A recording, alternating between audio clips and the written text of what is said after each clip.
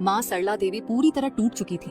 बच्चे कुछ दिनों बाद फिर से शहर लौट गए, लेकिन सरला देवी अकेली रह गई। उन्होंने कई बार अपने बच्चों से कहा, बेटा मुझे अपने साथ ले चलो, लेकिन हर बार उन्हें कोई बहाना सुनने को मिलता।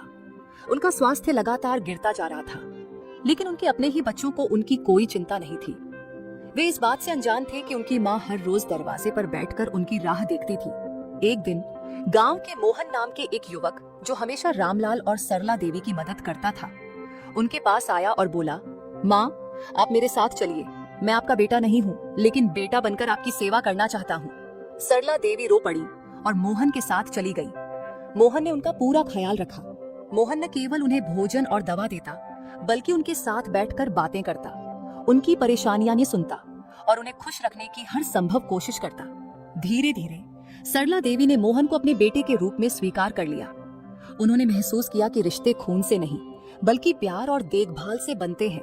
कुछ महीनों बाद सरला देवी का भी निधन हो गया, लेकिन यह खबर उनके बच्चों तक तब पहुंची जब उनकी वसीयत पढ़ी गई। उन्होंने अपनी सारी संपत्ति मोहन के नाम कर दी थी। ये सुनते ही चारों बच्चे गांव भागे और अपनी माँ की संपत्ति पर दावा करने लगे। गांव के लोगों ने कहा, जब तुम्हारी माँ जीवित थी तब तुमने उनकी परवाह नहीं की।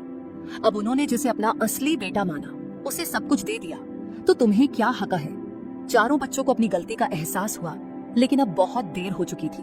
वे रोते रहे, लेकिन यह पश्चाताप व्यर्थ था। वे चाहकर भी अपनी माँ के दिए हुए आशीर्वाद को वापस नहीं पा सकते थे। सीख, पैसा कभी माता पिता का प्यार नहीं खरीद सकता। समय रहते अपने माता पिता की देखभाल करनी चाहिए, वरना पछतावे के सिवा कुछ नहीं बचेगा। सच्ची अमीरी प्यार, सम्मान और परिवार के साथ होती है, न कि धन दौलत से। दोस्तों, ये कहानी हमें एक गहरी सीख देती है कि माता पिता हमारी जिंदगी की नींव होते हैं।